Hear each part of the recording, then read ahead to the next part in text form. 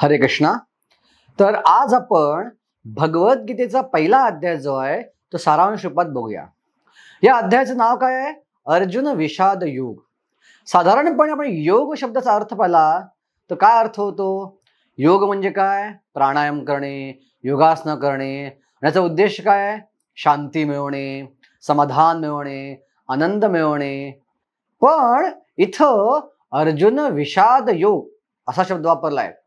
विषाद म्हणजे दुःख, शोक। सो विषाद आणि योग एकत्र कसं होईल? तर खऱ्या अर्थानं बघायला गेलं तर योग शब्दाचा अर्थ आहे जोडणे। कोणाला जोडणे? भगवंतांना जोडणे।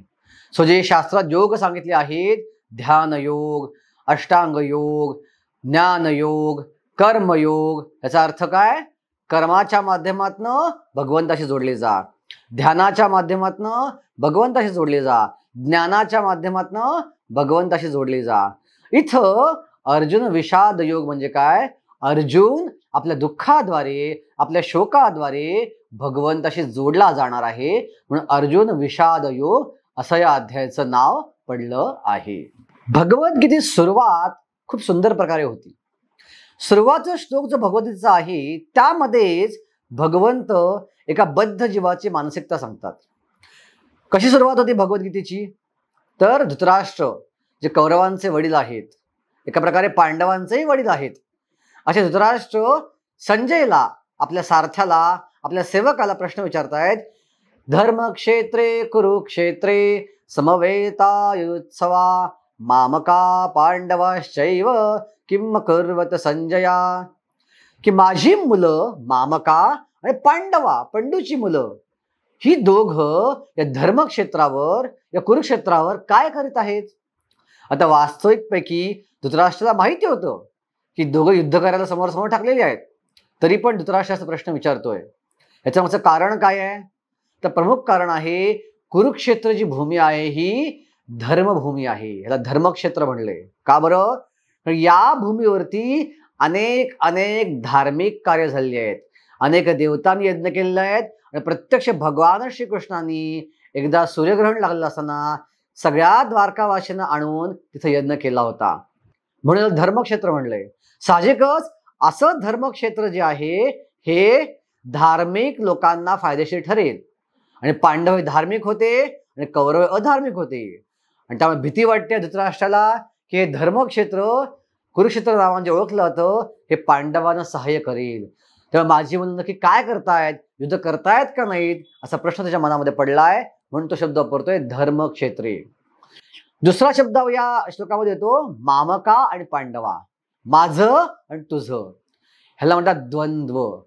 ह्या गोष्टी माझ्या आहेत, या गोष्टी तुझ्या आहेत, आणि ज्या क्षणी आपल्या मनात द्वंद्व येतं, आपल्या मनात ईर्ष्या येते, द्वेष येतो, म्हणजे तुझं आहे ते मला पाहिजे, सगळं काही मला पाहिजे, हा स्वार्थ तिथे येतो, आणि हा स्वार्थ, हेच द्वंद्व, हीच ईर्ष्या, हाच द्वेष या दोन शब्दातनं प्रकट होतोय, मामका आणि पांडवा। आणि पुढची सांगितली संपूर्ण गीतेचा उद्देश आहे की आपण या द्वंद्वातनं, या ईर्ष्येतनं, या स्वार्थातनं वर गेलं पाहिजे, आणि शाश्वत जीवन, निस्वार्थी जीवन, ईर्ष्यारहित जीवन, द्वेषरहित जीवन जगलं पाहिजे, तरच आपण खऱ्या अर्थानं आनंदी होऊ शकू। या गोष्टी या श्लोकात समजावून सांगितलेल्या आहेत। तर आता या अध्यायात पुढे आपण पाहतो की दुर्योधन सैन्य निरीक्षण करतोय, आणि तो सांगतोय द्रोणाचार्यांना की काय करून बसलात तुम्ही? जो पांडवांचा सेनापती धृष्टद्युम्न आहे त्याला तुम्ही विद्या दिलीत, परिणाम काय झाला? तीच विद्या तो आपल्या विरुद्ध वापरतोय। एका प्रकारे डिप्लोमॅटिक बोलणं दुर्योधन बोलत आहे, पण त्याच वेळी तो आपल्या सैन्याला प्रेरणा पण देत आहे। तो सांगत आहे जरी पांडवांकडे मोठं मोठं सैन्य असलं तरी पण आपल्याकडे काय कमी नाहीये, आपल्याकडे भीष्म आहे, द्रोणाचार्य आहेत, इतर कौरव आहेत, कर्ण आहे, आणि कृपाचार्य आहेत, आणि त्याच बरोबर हजारो हजारो हजारो असे योद्धे आहेत जे माझ्यासाठी जीवन द्यायला तयार आहेत। आपलं सैन्य अफाट आहे, तर आपण युद्धात जिंकणार याची निश्चिती आहे। पण वास्तविकपणे पाहायला गेल्यावर आपल्याला असं आढळेल की या अध्यायामध्ये पांडवांच्या विजयाची अनेक लक्षणं प्रकट होतात. पहिलं कोणतं लक्षण आहे पांडवांच्या विजयाचं? भीष्म शंख फुंकतात. आता भीष्माचं शंख फुंकणं एका प्रकारे पांडवांच्या विजयाचं लक्षण आहे. का भीष्म शंख प्रकटून काय दाखवतायत? कौरवांनो, तुम्ही जिंकणार नाहीये, तुम्ही हारणार आहात. दुसरं लक्षण आहे भगवान श्रीकृष्ण शंख फुंकतात, कौरवांचे हृदय विदीर्ण होतात, कौरवांचे हृदय हालायला लागतात, पण पांडवांच्या याच्यावर काहीच परिणाम होत नाही. हे दुसरं लक्षण आहे. तिसरं लक्षण, जिथं भगवंत असतात तिथं भगवंताची पत्नी लक्ष्मी सदैव असते, आणि जिथं लक्ष्मी आहे तिथं विजय निश्चित आहे. चौथं लक्षण, अर्जुनाला जो रथ दिला होता तो रथ अग्निदेवाने दिला होता, आणि रथाचं काय वैशिष्ट्य होतं? हा रथ मनाच्या वेगानं 3 जगामध्ये कुठेही फिरू शकत होता. अशा प्रकारचा रथ असणं हे पांडवांच्या विजयाचं लक्षण आहे. आणि शेवटचं लक्षण काय पांडवांच्या विजयाचं? तर पांडवांच्या रथामध्ये, अर्जुनाच्या रथामध्ये जो ध्वज आहे, जो झेंडा आहे, त्यावर प्रत्यक्ष हनुमानजी बसले आहेत. आणि हनुमानजी जिथं आहेत तिथं राम असतातच, राम तर आहेतच कृष्ण रूपामध्ये, आणि जिथं राम आहे, रामासारखे भगवंत आहेत आणि भक्त आहेत हनुमानजीसारखे, तिथं विजय हा निश्चित आहे. हे शेवटचं लक्षण पांडवांच्या विजयाचं या अध्यायात सांगितलं आहे. त्यामुळं पांडव विजयी होणार हे निश्चित आहे, या लक्षणावरून दिसून येते. आता या युद्धभूमीवरती अर्जुनाचा सारथी आहेत प्रत्यक्ष भगवान श्रीकृष्ण. आणि अर्जुन आपल्या सारथ्याला आज्ञा करतो की माझा रथ जो आहे तो सैन्याच्या मध्ये नेऊन ठेवा. या श्लोकामध्ये भगवंताला अच्युत म्हणले. का बरं? अच्युतचा अर्थ आहे जो कधीही हरत नाही, जो कधीही खाली पडत नाही.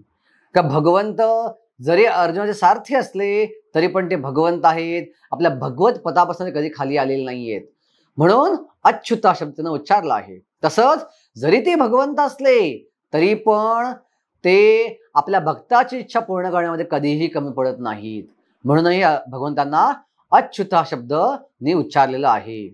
आता ज्यावेळी भगवंत रथ घेऊन जातात, मुद्दामून ते रथ अशा ठिकाणी ठेवतात ज्या ठिकाणी अर्जुन गोंधळात पडेल. का बरं? भगवंत आपल्या भक्ताला, अर्जुनाला गोंधळात पाडू इच्छितात. कारण का? आपल्या भक्ताला गोंधळात पाडून भगवंतांना आपल्या भक्ताच्या माध्यमातून भगवद्गीतेचा संदेश सगळ्या जगासमोर आणायचा आहे. जसं मराठीमध्ये आपण म्हणतो, लेकी बोले सुने लागे. ह्याचा अर्थ काय? जेव्हा नवीन सून घरामध्ये येते ते सासू लगेच तिला आज्ञा देऊ शकत नाही. अशा सासू काय करते? आपल्या मुलीला आज्ञा देते.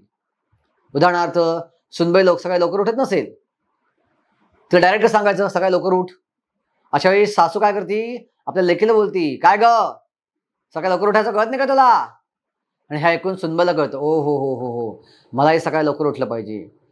तसंच भगवंत आपल्याच भक्ताला माध्यम बनवून भगवद्गीतेचं ज्ञान पुढे आणणार आहेत. मुद्दामून अर्जुना गोंधळात टाकणार आहे, जेणेकरून त्यांना काही प्रश्न विचारावेत आणि गीता बाहेर यावी. आता अर्जुन ज्यावेळी पाहतो आपल्याच आजोबांना, भीष्मदेवांना, आपल्याच गुरुला, द्रोणाचार्यांना, अर्जुन गोंधळात पडतो. आपल्याच भावंडांना पाहतो तो गोंधळात पडतो, कारण त्याच्या हृदयामध्ये करुणा निर्माण होती. एवढ्या लोकांना मारायचं मी कसं शक्य आहे? का भक्ताचं लक्षण काय? करुणा. भक्ताची 5 लक्षणं आहेत: तितिक्षवा, कारुणिका, सुहृद, सर्वदेहिनां, अजातशत्रवा, शांता, साधवा, साधुभूषण. हे 5 लक्षणं भक्ताची आहेत: सहनशीलता, करुणा, सगळ्यांप्रती मैत्री, कुणाचं शत्रुत्व नसणं आणि उत्तेजित न होणं. अर्जुना भक्त होता, साहजिकच अर्जुनाच्या मनात करुणा निर्माण झाली आणि अर्जुनानं आपला धनुष्य खाली ठेवला. हे पहिलं कारण त्याचं युद्ध न करण्याचं. पण ही करुणा जी होती ही त्याच्या मनाची दुर्बलता होती. का बरं?